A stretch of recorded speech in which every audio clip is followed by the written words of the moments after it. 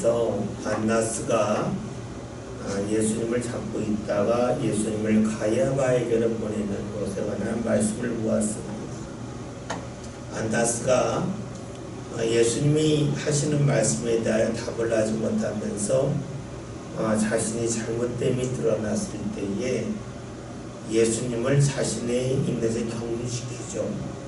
다시 말하면 자신이 잘못된 것이 드러났을 때에 뉘우치기보다는 그 자를 피해갑니다. 알면서도 뉘우치기보다는 피해가는 것이 바로 안나스의 모습입니다. 우리가 알면서도 피해가는 사람들이 있는데 이런 사람들은 신앙적으로 보면 은혜의 기회를 놓치는 사람입니다. 알기 때문에 돌이키는 사람이죠. 은혜를 붙잡을 기회가 늘어나는 사람입니다. 자주 말씀드리죠. 우리가 볼 수 있는 눈이 있는 게 복이고 들을 수 있는 귀가 있는 게 복이라고 말씀하고 있습니다. 다시 말하면 있는 자리에서 내가 하나님의 은혜를 볼 수가 있고 내가 하나님이 나를 인도하여 주시는 그런 말씀을 다른 사람을 통해서 들을 수 있다면 그것이 은혜의 복입니다. 안나스는 예수님과 함께 대화를 하면서 자신의 잘못됨과 부족함이 드러났지만 그는 뉘우치지 않습니다. 오히려 분노를 하고 예수님을 가야바에게로 보내고 맙니다. 냉정하게 말한다면 나의 부족함과 잘못이 드러났다고 하는 것은 다시 말하면 내가 성장할 기회라 하는 겁니다. 내가 부족함이 없다면 성장할 필요가 없겠죠. 우리가 그렇잖아요. 앞에 무언가 안 보이게 되면 발뒤꿈치를 든다든가 아니면 내 고개를 옆으로 돌린다든가 그것도 안 되면 내 발을 좀 옮겨간다든가 아니면 내 앞에다가 돌이나 어떤 것을 놓아서 그게 올라가잖아요. 변화를 추구하잖아요. 다시 말하면 무언가 문제가 있다고 하는 것은 내가 변화할 수 있는 기회예요. 그런데 많은 이들이 내 변화를 원하지 않고 내가 변화되어야 할 때에 오히려 분노한다는데 문제가 있습니다. 나의 부족함이 드러났다고 하는 것은 분노할 일이 아니라 내가 성장할 기회입니다. 그런데 안나스는 그렇게 하지 못했죠. 오늘 우리가 살면서 많은 나의 부족함을 발견할 때가 있습니다. 여러분들이 누군가를 만나서 나의 부족함을 발견할 수도 있고 다른 사람과 다른 사람이 대화하는 것을 들으면서 나의 부족함을 발견할 수도 있어요. 그런데 이렇게 발견할 수 있다고 하는 것은 복된 일인데 우리가 그때 왜 분노할까요? 그것은 내가 교만하기 때문이기도 하고 내가 하나님의 은혜를 그만큼 사모하지 않는다고 하는 반증이기도 합니다. 오늘 말씀 25절부터는 이제 베드로에게 초점을 맞추죠. 지금 베드로는 서서 불을 쬐고 있습니다. 왜 불을 쬐까요? 춥기 때문이죠. 성경에서 나와 있는 6월절은 음력 2월 15일이 지난 날부터 예상합니다. 그리고 그 다음 주 거의 주일쯤 토요일쯤 되는 것이 바로 6월절의 시작이니까 대부분이 3월 말쯤이 되죠. 3월 말쯤 되면 겨울에 한밤에 춥잖아요. 그러니까 사람들이 모였을 때에 불을 지펴놓고 있습니다. 성경에서 왜 추워서 불을 지폈는가에 관하여 알려주는 유가 어디 있을까요? 그것은 베드로의 몸이 춥기도 하지만 지금 그가 두려워 떨고 있기 때문입니다. 베드로는 지금 자신의 육체가 춥고 떨림에 대해서는 어떻게 싸우든지 그것을 막으려고 하고 몸을 따뜻하게 하려고 하지만 그의 심령이 떨리고 추운 것에 대해서는 누구로부터이지 아니하라고 하죠. 우리가 두렵다 하면 몸이 떨리잖아요. 지난 주일날 말씀 기억나십니까? 시편 56편에는 말씀입니다. 한번 찾아볼게요. 구약성경 843면 시편 56편 10절 11절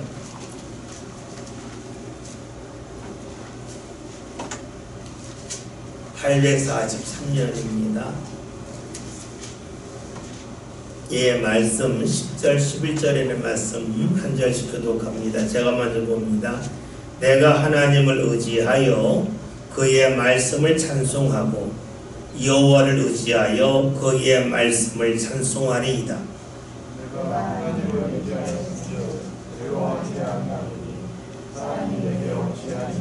아멘. 두려움에서 벗어나는 길이 무엇이냐? 성경에서는 하나님을 의지하는 거다 그랬습니다.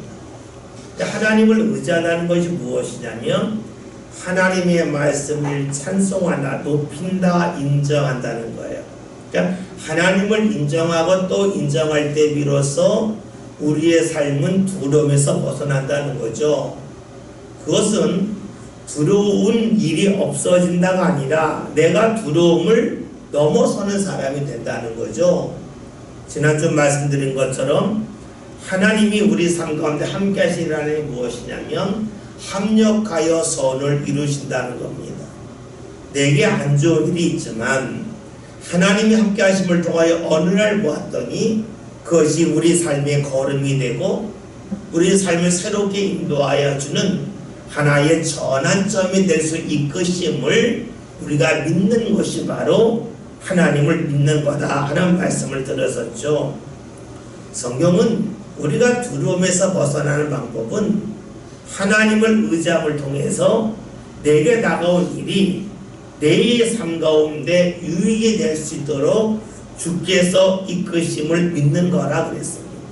다시 말하면 하나님이 일을 어떻게 진행하실런지 내가 구체적으로 알진 못하지만 그것을 믿는 것이 바로 신앙이고 그럴 때 비로소 우리는 두려움에서 벗어난다 하는 말씀을 드렸습니다. 여러분 봅시다. 똑같은 일이지만 그 속에서 기대할 수도 있고 그 속에서 두려워할 수도 있습니다. 한때 목사님들이 많이 설교할 때 인용했던 말씀 중에 이런 말씀이 있어요. 강의할 때에 바람이 불면 어떤 사람들은 바람이 분다고 무서워서 부둣가에서 정박하는 사람이 있고 어떤 사람은 바람이 불면 돛을 달아서 더욱더 깊은 바다로 나가는 사람이 있다는 것이죠. 여러분 아시는 것처럼 이 돛은 바람을 이용하는 거잖아요. 그런데 이 돛을 단 사람들이 이 돛의 방향이 늘 일정하지 않죠. 돛은 방향을 틀 수가 있어요. 그래서 배가 이 역풍이 불잖아요. 역풍이 불면 돛을 옆에 약간 틀어요. 그래서 어떻게 하냐면 바람을 타고 배가 사선으로 가게 합니다. 사선으로. 그리고 또 이쯤 갔을 때 또 다시 돛을 틀어서 배가 사선으로 가게 한다는 거죠. 그러니까 우리가 생각할 때는 역풍이 불면 배가 앞으로 못 갈 것 같은데 돛을 사용하는 사람들은 돛의 방향을 틀어서 우리가 그냥 갈지자라고 하죠. 왔다 갔다 이렇게 한다고 그러죠. 그렇게 배를 항해하고 나간다는 거예요. 그래서 그 유럽 사람들이 그 세계를 지배하는 그때에 일어났던 뭐냐면 돛의 방향을 틀 줄 알았다는 거예요. 보통 사람들이 역풍이 불면 돛을 내려낸다 생각하는데 그들은 돛의 방향을 틀어서 직선으로 가지 않고 사선으로 왔다 갔다 하면서 배가 움직이려고 했다는 거예요. 그러니까 돛이라고 하는 것을 우리가 볼 때에는 이것은 역풍이 불면 못 간다 하지만 돛을 잘 다루는 사람은 역풍이 불면 돛의 방향을 틀어서 스스로 왔다 갔다 하면서 앞으로 나갈 수 이끈다는 거죠. 그러니까 바람이 불 때 무서워서 정박하는 사람이 있고, 바람이 불지만 방해를 당하는 사람이 있습니다. 여러분, 우리가 도처의 원리를 알게 된다면 바람이 없는 것보다는 역풍이라도 부는 게 낫습니다. 바람이 없으면 노를 져야 되죠. 그래, 바람이 있으면 도처를 이용해서 도처 방향을 틀림을 통해서 보다 쉽게 항해할 수 있다는 것이죠. 우리가 하나님을 믿는다는 것이 무엇일까요? 내 삶 가운데 역풍이 부는 것 같은데 그것은 내가 돛을 다룰 줄 모른다고 하는 반증에 불과해요. 돛을 다루는 사람은 역풍이 불어도 문제가 되지 아니합니다. 무엇이 신앙입니까? 삶 가운데 힘든 일이 있다고 해서 부정적인 시선을 갖는 것이 아니라 힘든 일을 통해 하나님이 내 삶을 사선을 통하여 왔다 갔다 하게 하시면서 앞으로 인도하여 주시는 하나님의 역사를 보는 거라고 볼 수가 있습니다. 얼음이라고 하는 것은 우리가 볼 때에는 힘들어 보이지만 그것은 내 삶의 방법을 바꿀 수 있는 기회가 되는 겁니다. 삶의 방법을 바꾼다고 하는 것을 우리가 요리를 말한다면 내가 요리할 때에 한 가지만 할 줄 알았는데 이제 같은 재료를 가지고 요리를 2개 할 줄 안다, 3개 할 줄 안다는 것이 되겠죠. 그래서 우리가 하나님을 믿고 하나님을 의지하는 것이 무엇인가에 대해서 느헤미야에서 이렇게 말씀하고 있어요. 느헤미야 8장 10절, 구약성경 738면입니다.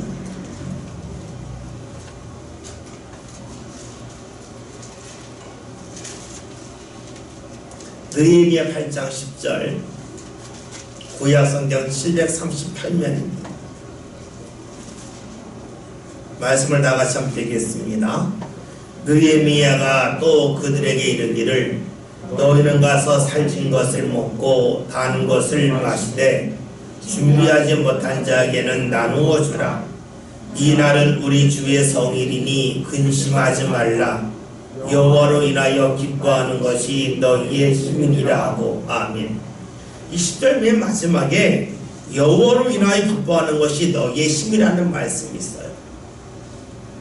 예전에 제가 다른 교회 가보면은요, 이 교회 이 강대상 옆에 이 말씀도 상당히 많았어요. 여호와로 인하여 기뻐하는 것이 너희 힘이니라.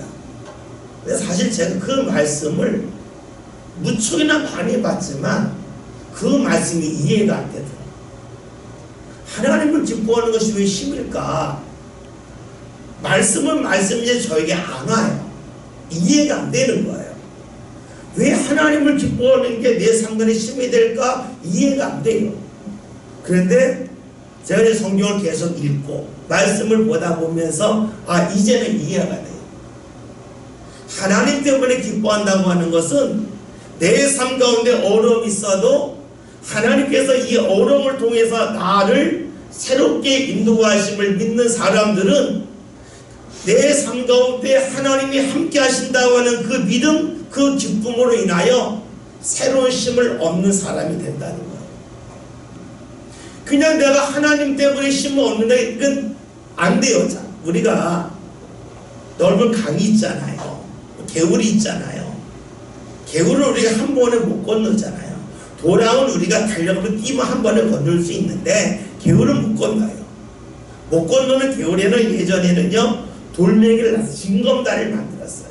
그래서 개울이 좁으면 가운데 돌멩이가 2개가 있고 개울이 넓으면 10몇 개가 있어요.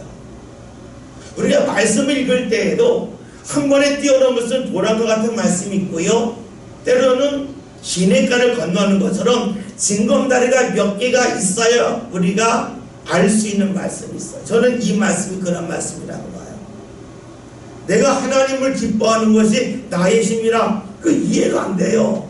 그러나 내가 하나님을 믿기 때문에 하나님께서 내 삶 가운데 안 좋은 일까지도 하나님 허락하신 이유는 내 삶을 새롭게 인도하시기 위함이다. 앞에서 언급했던 대로 말씀드리면 역풍이 부는 것은 돛을 내리라는 것이 아니라 돛의 방향을 틀어서 그 돛을 이용해서 놓젓지 말고 항해하는 법을 알게끔 하시는 하나님의 인도하심이 있다는 거죠. 우리 이것을 믿을 때 비로소 하나님을 내가 인정하는 것이 내 삶 가운데십니다. 내 삶 가운데 어려움이 있다고 하는 것은 하나님이 나로 하여금 새로운 길을 가게 하시고 새로운 것을 보게 하시고 그것을 내 거로 만들게 하기 위함이라고 하는 그 믿음을 가질 때 비로소 우리는 어떤 일을 만나든지 간에 믿음으로 살 수 있고, 또 오늘 성경 아까 느헤미야 8장 10절에 있는 말씀처럼 그것이 힘이 된다는 것을 알 수가 있습니다. 하나님을 가까이 하니 우리 삶 가운데 과연 좋은 일일까? 이건 이해가 안 될 수도 있어요. 근데 우리가 우리 인류의 역사를 조금만 살피면 알 수 있어요. 이 사람들이 섭을 개척하며 나갈 때에 어떤 사람이 농사를 지으려고 지하수를 팠어요. 지하수를 팠는데 물이 시커먼 물이 나오는 거예요. 그러니까 야, 이거 농사 지을 수 없다. 이 시커먼 물 갖고는 도저히 안 된다 하고 농사를 포기했어요. 근데 왜 농사를 포기했을까요? 물론 농사 지을 수 없는 물이니까요. 근데 알고 봤더니 그것이 석유였어요. 석유인 줄 모를 때에는, 내가 농사만 짓겠다고 할 때에는 석유 올라왔을 때 이것 때문에 농사 지을 수 없다, 내가 그냥 망쳤다가 돼요. 그런데 올라온 것이 석유인 줄 알면 지하수보다 더 좋은 게 올라온 거예요. 그러니까 미국에서 서부를 개척할 때 이런 일이 상당히 많았다는 거예요. 땅을 팠는데, 농사 지으려고 땅을 팠는데 석유가 올라오는데 석유인 줄 모르니까 농사 짓겠다, 망했다는 거죠. 근데 나중에 알고 봤더니 석유였다는 거예요. 그러면 좋은 것이 올라왔지만 내가 그것이 무엇인지 모르니까 안 좋다고 생각한 것이지, 그것이 무엇인지 알면 얼마나 감사하고 좋은 일이겠어요. 우리 삶도 역시 그러지 않겠어요. 지금은 우리가 모를 수 있어요. 석유를 모르는 사람, 물만 기대한 사람에게는 석유가 올라온 것이 망한 거예요. 그러나 올라온 석유에 대해 알게 되면 그것은 오히려 우리가 흔히 하는 말 대박 난 거예요. 하나님 우리 삶 가운데 허락하신 일도 그런 일 아니겠어요? 그래서 우리가 하나님이 내 삶을 인도하신다는 것 때문에 느헤미야 8장이나 말씀처럼 기뻐하고 감사하는 사람이 하나님이 주신 힘을 공급받는 사람으로 살아갈 수 있다고 볼 수가 있겠죠. 오늘 말씀을 보면 사람들이 베드로에게 묻고 있어요. 너도 그의 제자가 아니냐 하는 겁니다. 그런데 베드로가 사실 그 자리에 갔으면 당연히 그런 질문을 받을 수밖에 없죠. 왜 그럴까요? 한번 성경 찾을게요. 마가복음 14장 70절. 마태, 마가, 누가복음은 다 나와 있지만 마가복음을 찾습니다. 14장 70절, 신약성경 83년입니다.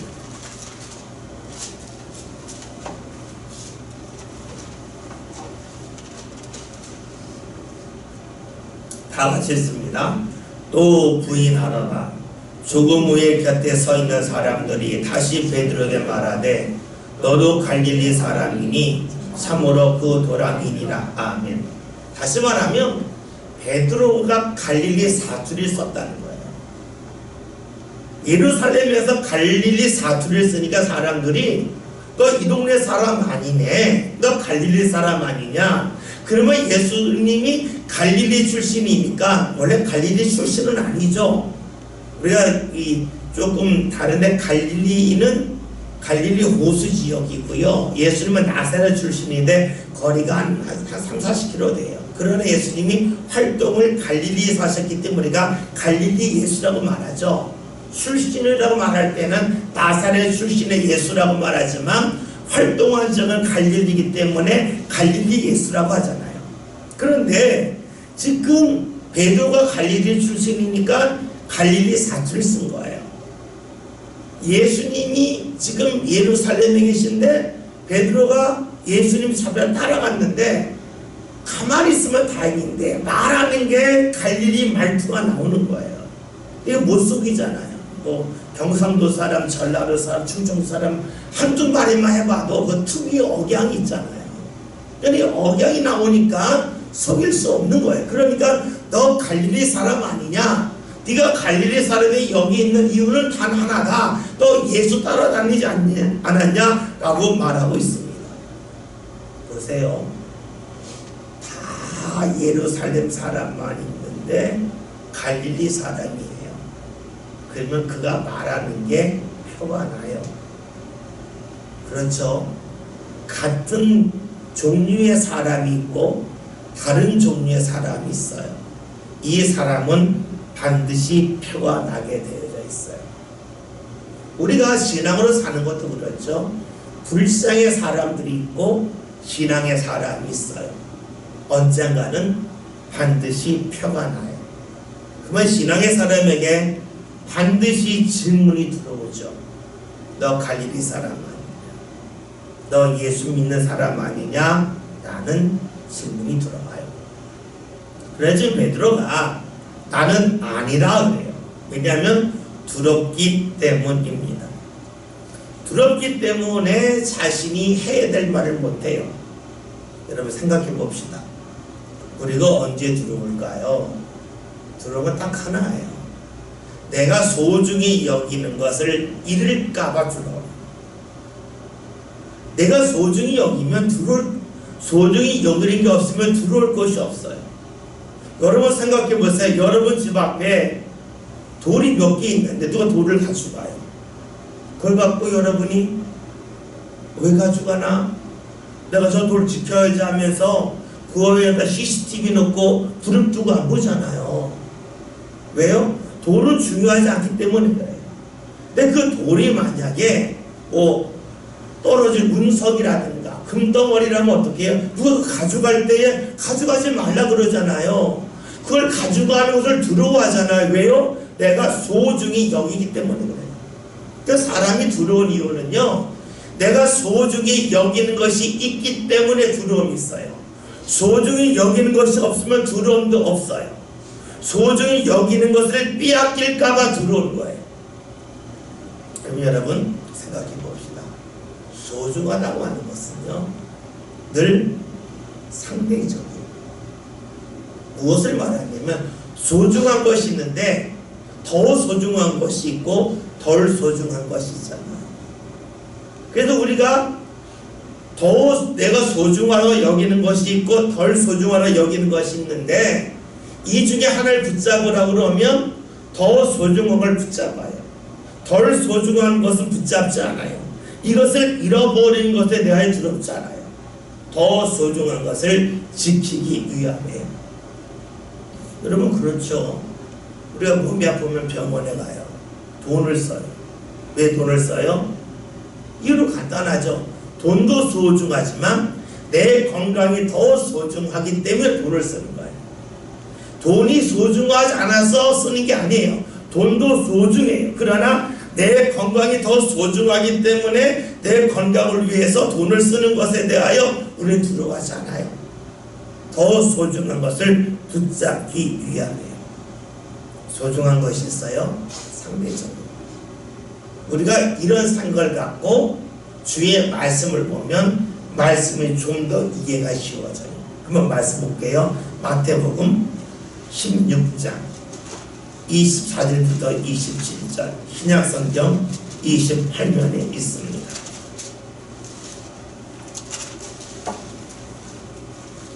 24절부터 27절까지 한 절씩 거듭하면 제가 24절 봅니다. 이에 예수께서 제자들에게 이르시되 누구든지 나를 따라오려거든 자기를 부인하고 자기 십자가를 지고 나를 따를 것이니라.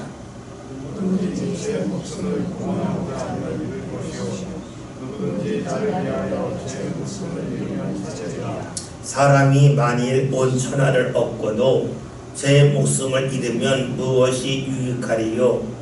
사람이 무엇을 주고 제 목숨과 바꾸겠느냐? 이제야 아버지의 영광으로 그 천사들과 함께 오리니 그때 각 사람이 영광으로 바꾸리라. 아멘. 봅시다. 앞에서 우리가 소중한 것 때문에 두려움이 있다 그랬고, 소중한 것이 있지만 더 소중한 것을 붙잡기 위하여 덜 소중한 것을 내려놓고 포기한다 그랬어요. 근데 예수님이 나를 따라오려면 너 자신을 부인하라 그랬어요. 이것은 무엇이냐면 내 뜻이 소중하지 않다는 게 아니에요. 내 뜻도 소중하지만 주님의 뜻이 더 소중하다는 거예요. 우리가 이런 거 있잖아요. 우리가 무언가 배울 때에 내가 하고 싶은 방법이 있어요. 가르쳐주는 방법이 있어요. 내 방법대로 하고 싶지만 그 방법도 하지 않아요. 가르쳐주는 방법대로예요. 그것이 그 일을 할 때에는 더 도움이 됨을 알기 때문에 그렇다. 운동선수들이 있어요. 운동선수를 가르치는 코치가 있어요. 그 코치들이 어떻게 해요? 운동선수가 하는 법을 보고 잘한다 하지만 야 때로는 이 방법보다 이 방법이 좋아하고 알려줘요. 왜 그럴까요? 이 방법이 나쁘다는 게 아니라 더 좋은 방법이 있기 때문에 그래요. 우리가 이렇게 생각한다면 우리가 이 주님을 믿는다는 것이 무엇이에요? 주의 뜻이 내 뜻보다 더 높기 때문에 믿는 거예요. 주님의 뜻이 내 뜻보다 낮으면 믿을 필요가 없잖아요. 그러면 주님의 뜻이 내 뜻보다 더 높음을 믿는다면 내 뜻도 소중하지만 내 뜻과 주님의 뜻이 다를 때에 내 뜻을 포기하게 돼요. 우리가 돈이 소중하지만 내 건강이 더 소중하기 때문에 내 건강을 돈을 포기하잖아요. 주의 뜻이 있고 내 뜻이 있어요. 내 뜻이 하찮다는 게 아니에요. 내 뜻도 소중하지만 주의 뜻이 더 소중함을 믿어요. 그렇기 때문에 내 뜻을 내려놓는다는 거예요. 이게 뭐예요? 예수님을 믿는 사람들이라면, 예수님을 정말로 믿는다면 왜 자기를 부인해야 될지 알아요? 예수님이 하신 말씀이에요. 그러면서 제 목숨을 구원하고자 하면 이를 것이다 그랬어요. 뭐에 사람이 자기 뜻을 이루는 것을 목숨처럼 소중히 여기지만 그 뜻보다 더 중요한 뜻이 있음을 포기해야 되지 않게 됩니다. 우리가 무언가 배울 때에 내 방법대로 할 거라면 배울 필요가 없잖아요. 내 방법보다 더 뛰어난 방법을 익히기 위해 배우는 거지, 내 방법대로 살 거면 굳이 배울 필요가 없는 거예요. 이것을 확대시킨 것이 주의 말씀이에요. 그러면서 주님이 하신 말씀은 네 목숨을 얻고자 하는 것, 그것이 나중에 얻을 너의 생명에 비하면 더 소중하게 됩니다. 즉 우리가 이 세상을 위해서 우리의 목숨이 소중하잖아요. 그러나 우리의 목숨을 이어가지만 언젠간 없어지는데, 이 세상을 떠난 다음에 하나님 앞에서 살 삶이 있는데 그 삶과 지금의 삶을 생각해 본다면 지금의 목숨은 그것에 비하면 작은 것 아니겠나요? 지금 것이 소중하지 않다는 게 아니에요. 지금 것도 소중해요. 그러나 하나님 앞에서 얻을 영생에 비하면 이것은 덜 소중하지 않아요. 그것을 내려놓는 것이 맞지 않겠냐 하는 것으로 주의 말씀을 볼 수가 있습니다. 여러분, 우리가 이 세상을 살 때에 살면서 자꾸 우리가 경험적으로 하는 게 있어요.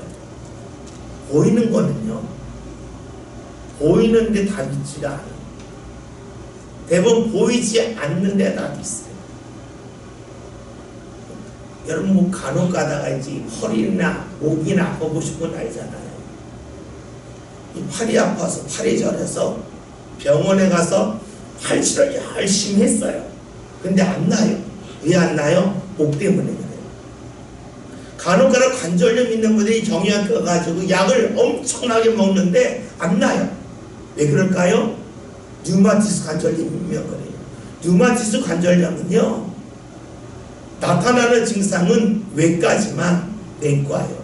피 때문에 그런 거예요. 피 때문에 관절염이 와요. 그런데 병원에서 보이는데 막 치료하지만 절대로 치료가 안 돼요. 몸만 망쳐요. 피에 문제가 있어. 안 보이는데 문제가 되는 거 많아요. 신경도 그렇죠. 사람들도 그렇잖아요. 내가 누구 보고 웃었는데 상대가 나보고 화낼 때가 있어요. 왜 그래요? 그것은 웃는 나에 대하여 이 사람이 안 좋은 감정이 있기 때문에 웃는 것조차 싫어요. 그러니까 내가 웃음이 잘못됐나? 내가 웃는 모습 바꿔야지. 내가 소리 내지 않고 웃어야지. 소리 내서 웃어야지. 아무리 노력해도 소용이 없어요. 왜요? 보이기 전에 과거에 먼저 수많은 일로 인하여 쌓여있는 감정이 나오는 거예요. 그러니까 우리의 삶의 대부분이 보이지 않는 데서 다 결정이 돼요. 이것을 살아가면서 우리가 많이 느끼잖아요. 그렇다면 성경에서 주시는 말씀이 이해가 돼요. 히브리서 볼게요. 11장 3절 신약성경 365면입니다.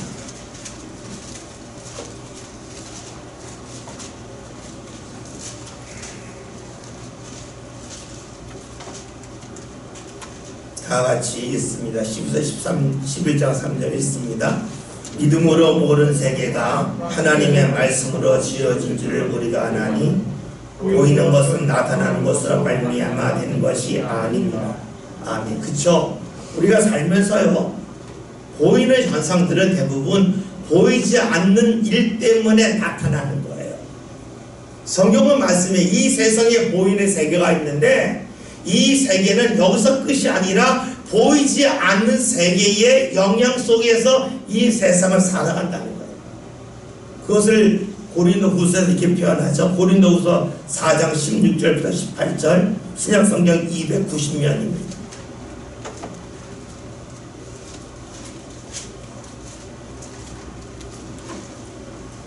한 절씩 교독하시고 18절 함께 읽습니다. 고린도후서 4장 16절 제가 먼저 했습니다. 그러므로 우리가 낙심하지 아니하노니 우리의 겉사람은 낡아지나 우리의 속사람은 날로 새로워지도다. 우리가 잠시만 하나님의 정한 것이 지극히 크고 평범한 영광에 임한 것을 우리에게 얘기하니 다같이 우리가 주목하여 보는 것은 보이는 것이 아니요 보이지 않는 것이니 보이는 것은 잠깐이요 보이지 않는 것은 영원함이라. 아멘. 앞에서 우리가 예수님이 나를 따르려면 너를 부인해야 된다. 그리고 이 세상에 생명이 있고 하나님 앞에 생명이 있다. 다 소중하지만 무엇이 더 소중한지를 알아야 된다고 말씀하신 거예요. 그런데 우리가 이 세상을 살 때에 보이는 것은 잠깐이요 보이지 않는 것은 영원함이라는 거예요. 여러분 우리가 말씀을 보면서 이 세상을 살 때에 보이는 것은 보이지 않는 것의 영향 속에서 보이는 것이 드러나요. 마찬가지예요. 이 세상에 살면서 어려움은 잠깐이라는 거예요. 보이지 않는 것이 영원하다고 하는 것을 계속해서 말씀해주고 있어요. 우리는 이 말씀을 읽으면서 사람을 속이는 거라고 말할 수도 있어요. 그러나 우리의 경험을 비춰보면 내가 사람을 대할 때에 보이는 것 갖고 대합니까? 보이지 않는 것 갖고 대합니다. 보이는 것 갖고 대하는 것은 처음이고요. 만나면 만날수록 보이지 않는 것을 가지고 대하게 되어져 있어요. 그러니까 우리 삶 자체가 보이는 것에 매달리지 않습니다. 보이지 않는 것이 보이는 것을 보게끔 하고 그것을 지배합니다. 그러니까 우리의 삶을 생각해보면 자연스럽게 성경에 있는 말씀 보이지 않는 것이 영원하다. 보이는 것은 잠깐이라는 말씀이 이해가 돼요. 그러면 우리가 앞에서 봤던 것처럼 예수님을 따른다고 하는 것 그리고 우리가 영원의 생명을 얻는다고 하는 것 앞에서 내 뜻이 소중하지만 그것에는 덜 소중하고 이 세상에 내 육신의 생명이 소중하지만 영원한 생명에 비하면 덜 소중하다는 것을 충분히 알 수가 있겠죠. 다시 베드로로 돌아갑시다. 베드로가 왜 예수님을 부인합니까? 그이는 보이는 것의 소중함은 알았지만 보이지 않는 것에 대한 소중함을 잘 몰랐기 때문에, 그러니까 보이는 것을 잃어버린 것에 대한 두려움이 있어요. 그래서 그는 그것을 잃을까봐 예수님을 부인하고 있습니다. 보이는 것에 매달리면 주님을 제대로 믿을 수가 없습니다. 거꾸로 말하면 주님을 제대로 믿지 않으면 보이는 것에 매달릴 수밖에 없습니다. 보이는 것이 있고 보이지 않는 것이 있죠. 근데 보이는 것의 소중함을 알지만 보이지 않는 것의 소중함을 모르는 사람은 이 세상을 살면서 하나님을 잘 믿을 수 없습니다. 반대로 본다면 보이지 않는 하나님에 대한 믿음이 확고하지 않으면 보이지 않는 것 때문에 흔들릴 수밖에 없습니다. 그러니까 우리가 보이는 것에 매달린다고 하는 것은 이것이 나쁘다는 게 아니고 이것이 소중하다는 것은 분명하지만 보이지 않는 하나님에 대한 믿음, 소중함이 없다고 하는 반증이기도 하죠. 베드로가 왜 예수를 부인했는가? 우리 길게 보았습니다. 그는 보이는 것의 소중함은 알았지만 보이지 않는 것의 소중함을 몰랐습니다. 신앙은 보이지 않는 하나님을 믿는 겁니다. 그 하나님을 믿지 않으면 우리는 보이는 것 때문에 우리의 삶이 흔들립니다. 보이는 것만 소중하라고 생각을 합니다. 그런데 자신이 그렇게 살지는 않죠. 우리가 보이는 것만 소중하다 그러면 우리가 사람을 만났을 때에 남의 걸 대접할 이유도 없어. 돈 나가잖아요. 그래 대접하는 게 뭐예요? 그거 하면서 보이지 않는 내 마음이 기쁨이 있는 거예요. 우리가 자녀를 낳아서 키워요. 보이는 것만 생각하면 하면 안 돼요. 시간 나가고 돈 나가요. 그래서 키워요. 왜요? 보이지 않는 기쁨이 있어요. 그러니까 우리의 삶을 조금만 자세히 보면 이 세상은 보이는 게 다가 아니구나. 그런데 이것을 우리 삶 가운데 확고히 심어주는 게 뭐냐? 하나님을 믿는 것임을 알 수 있어요. 베드로는 그 믿음이 없으니까 보이는 것의 소중함에 연연해서 예수님을 부인하고 있죠. 26절 함께 봅니다. 요한복음 18절 26절입니다.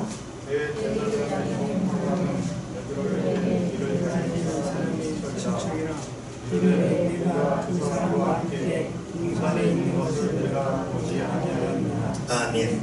베드로가 자신의 말투 때문에도 갈릴리 사람이니까 너 예수 함께 있었다 라고 사람들이 충만히 부인했습니다. 그랬더니 또 다른 증인이 나타나죠. 대제사장의 종의 귀가 잘렸는데 그 사람의 친척이 함께 있었던 거니까 너 그때 내가 봤다 라고 말하고 있습니다. 피하려 하지만 피할 수는 없습니다. 베드로가 계속해서 피합니다. 그러나 피할 수 있는 그 공간은 점점 줄어듦을 그는 발견하게 됩니다. 우리가 이런 베드로의 모습을 답습하기가 쉽습니다. 우리는 네 삶 가운데 하나님을 부정하고 싶을 때 상당히 많습니다. 하나님 왜 이렇습니까? 왜 이렇습니까? 계속 하나님에 대한 부인을 우리가 얼마든지 할 수 있습니다. 내가 하나님을 보지 못했다고 하나님을 어떻게 하느냐고 계속 부인할 수 있어요.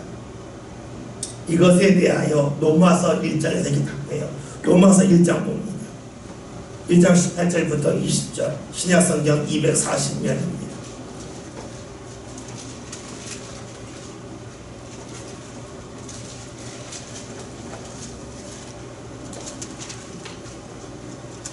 현재 교독하고 20절 같이 봅니다. 하나님의 진노가 불의를 진리를 막는 사람들의 옳은 경건치 않음과 불의에 대하여 하늘로부터 나타나나니 이런 하나님의 알만한 것이 그들 속에 보입니다. 하나님께서 이를 그들에게 보이셨느니라. 다같이 창세로부터 그의 보이지 않는 것들 곧 그의 영원하신 능력과 신성이 그가 만드신 만물에 분명히 보여 알려졌나니 그러므로 그들이 핑계하지 못할지니라. 아멘. 여러분, 우리가 살면서 이런 얘기 많이 하죠. 아무게 참 못되게 살았는데 그 자녀 봤더니 정말로 못되게 살면 안 될 거네, 이런 마음 들잖아요. 요즘에 전두환 대통령, 전 대통령이죠, 그의 손주가 유튜브에 나와서 것 때문에 많이 좀 시끄럽잖아요. 그럼 이런 마음 들잖아요.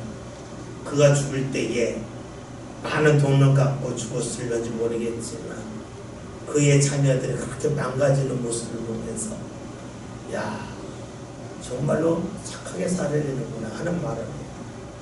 여러분, 그 과학적인 증거가 있어요. 과학적인 증거 없다. 누가 이 세상을 살면서 선하게 살았는데 자녀가 잘 됐네, 선하게 살아야 되고, 이런 말 자주 해요. 과학적인 증거 있어요? 없어요. 근데 우리는요, 과학적으로 증명할 수 없지만 그런 일을 너무 많이 보고 있어요. 그걸 어떻게 증명하겠어요? 성경 말씀하는 거예요. 20절에 로마서 2장 20절, 핑계하지 마라. 네가 살면서 보면 하나님이 계시지 아니하고는 증명할 수 없는 일들이 너무 많다는 거예요. 하나님이 계셔야만 우리가 설명할 수 있는 일이 너무너무 많지 않냐. 그런데 왜 핑계를 대냐고 성경이 말씀하고 있죠. 지금 베드로는 계속해서 주님을 부인해요. 부인하지만 부인하면 그 부인에 대하여 잘못됐음을 증명하는 이들이 나타나요. 마찬가지예요. 우리가 하나님을 부인할 수 있어요. 그런데요, 하나님을 부인하지 못할 일들이 우리 앞에 막 다가와요. 막 다가와요. 우리가 자꾸 부인하려고 해서 그렇지 자세히 보면 보인단 말이에요. 앞에서 말씀드렸잖아요. 못되게 산 사람 자녀들이 끝이 안 좋아요. 과학적으로 증명할 수 있냐고요. 절대 증명하지 못해요. 근데 우리는 그러죠. 못되게 살아봐, 그 자녀 잘 되나. 우리 과학시대에 살지만 그런 말을 너무 쉽게 해요. 왜 그런 말을 해요? 내 안에 이미 하나님을 믿고 있기 때문에, 하나님을 믿기 때문에 그런 말을 하면서도 우리는 자꾸만 부인하려고 하는데 냉정하게 보라는 거예요. 핑계할 수가 있겠냐, 부인할 수 있겠냐, 없다는 것이죠. 27절 함께 봅니다. 다시 봅니다. 요한복음 18장 27절. 예, 배우하고 부인하니 곧 달리 울더라. 아멘. 예수님이 네가 닭이 울기 전에 부인한다 하셨어요. 이것이 마태, 마가, 누가, 요한복음에 다 나와요. 그런데 마태, 마가, 누가복음을 공관복음이라 그랬죠. 그렇죠? 그 다음에 요한복음을 다른 복음이라 그랬어요. 이 차이 중에 결정적인 게 뭐가 있냐면 마태, 마가, 누가복음에서는 베드로가 회개하는 장면이 나와요. 그런데 요한복음에서는 회개하는 장면이 안 나와요. 이게 달라요. 왜 다를까요? 먼저 우리가 이제 이 성경 전체를 본다면 요한복음의 특징은요, 예수님에게 집중하게, 예수님의 말씀이 이루어진 것이 된 거예요. 그래서 우리가 베드로가 만약에 회개했다, 누가복음에 나서면 심히 통곡했다는 말씀 나오면 우리가 베드로에게 눈이 갈 수 있잖아요. 근데 베드로가 부인했다는 것, 주의 말씀이 이루어졌네 마치잖아요. 그러니까 요한복음에서는 철저하게 예수님을 중심으로 해요. 그러니까 예수님이 태어나신 것에 관한 말씀도 없어요. 왜요? 태어난 것에 관한 말씀이 있으면 우리의 시선과 생각이 마리아와 요셉에게 분산됐었잖아요. 그러니까 요한복음에서는 철저하게 예수님 중심이에요. 그래서 예수님이 시작할 때부터 태초부터 계셨다, 하나님과 같은 분이다, 이렇게 예수님에게 집중할 수 있도록 우리에게 주신 말씀이 요한복음이에요. 왜 우리가 그것이 필요할까요? 왜 신학적으로 뭘 알기 위함이 아니에요. 주님께서 우리에게 주신 말씀은 누군가의 우리가 간증을 들을 때가 있잖아요. 간증을 통해서 은혜 받을 때가 있어요. 이게 뭐예요? 베드로가 통곡했다요. 그런데 때로는 간증이 필요하지 않을 때가 있어요. 말씀만 붙잡을 필요가 있어요. 그게 요한복음이에요. 부인이 딱 끝이에요. 그러니까 성경은요, 우리에게 말씀을 주실 때에 다양하게 주셔요.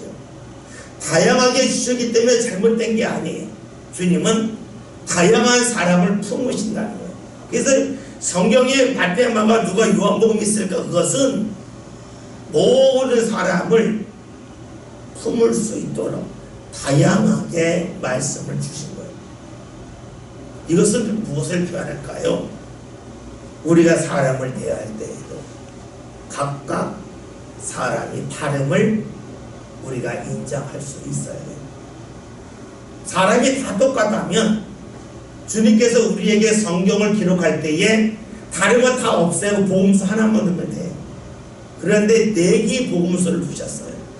이 4개를 넣었다고 하는 거 어떤 사람들은 동서남북이다, 사방이다, 이렇게 확대 해석할 수 있을지 몰라요. 그러나 중요한 것은 다양한 사람을 주께서 품으시고자 다양한 방법으로 우리에게 말씀하신다는 거예요. 그러면 우리가 볼 때에 나는 마태복음 쪽에 있다. 다시 말하면 동서남북으로 말하면 나는 동쪽을 바라보고 있어요. 그러면 서쪽에 있는 사람은 잘 모르겠죠. 근데 서쪽에 있는 사람이 잘못된 사람은 아니에요. 나는 동쪽에 있지만 누군가 서쪽에 있을 수 있어요. 나는 남쪽에 있지만 누군가 북쪽에 있을 수 있어요. 왜요? 주님의 품이 너무 넓기 때문에 그래요. 이렇게 본다면 우리가 마태마가 누가 요한복음을 통해서 크게 볼 수 있는 것은 주님은 모든 사람을 품으신다는 것도 알 수가 있고, 나와 다르다고 해서 틀린 것은 아니라고도 볼 수가 있어요. 왜요? 나는 동쪽에 있는데 저 사람은 서쪽에 있을 수 있고, 나는 남쪽에 있는데 저 사람은 북쪽에 있을 수 있기 때문에 그래요. 요한복음에서는 베드로가 주님을 부인하고 닭이 운 거에 관한 말씀까지만 있고 베드로가 통곡한 것에 관한 말씀은 없어요. 요한복음에서는 누군가의 간증이 중요한 게 아니라 예수님의 말씀이 중요하기 때문에 우리가 앞에 보았다가 요한복음 13, 14, 15, 16, 17 5장이 주의 말씀을 가득 차 있고, 요한복음 6장에서 예수님이 오병이의 역사 일으키신 후에 말씀이 잔뜩 나와 있고, 또 마태복음 5장에서 예수님이 38년 된 그 병자를 고치시는 말씀이 쫙 나와 있죠. 그러니까 요한복음의 특징은 주님에게 초점을 맞추라는 거예요. 또 마태복음이나 마가복음에서는 사람들이 이렇게 변화되지 않으면 간증 형식의 말씀으로 볼 수도 있어요. 어쨌든 주님의 부분이 넓습니다. 혹여나 우리가 신앙생활하면서 나와 다르기 때문에 누가 틀렸다고 하거나 그러지 마시고, 이 사람은 저쪽에 있나 보다. 나를 다루시는 방법이 있고 이 사람을 다루시는 방법이 있지, 주님이 인도하실 거라고 하는 믿음이 저와 여러분의 삶 가운데 반드시 자리 잡으시기 바랍니다. 기도합니다.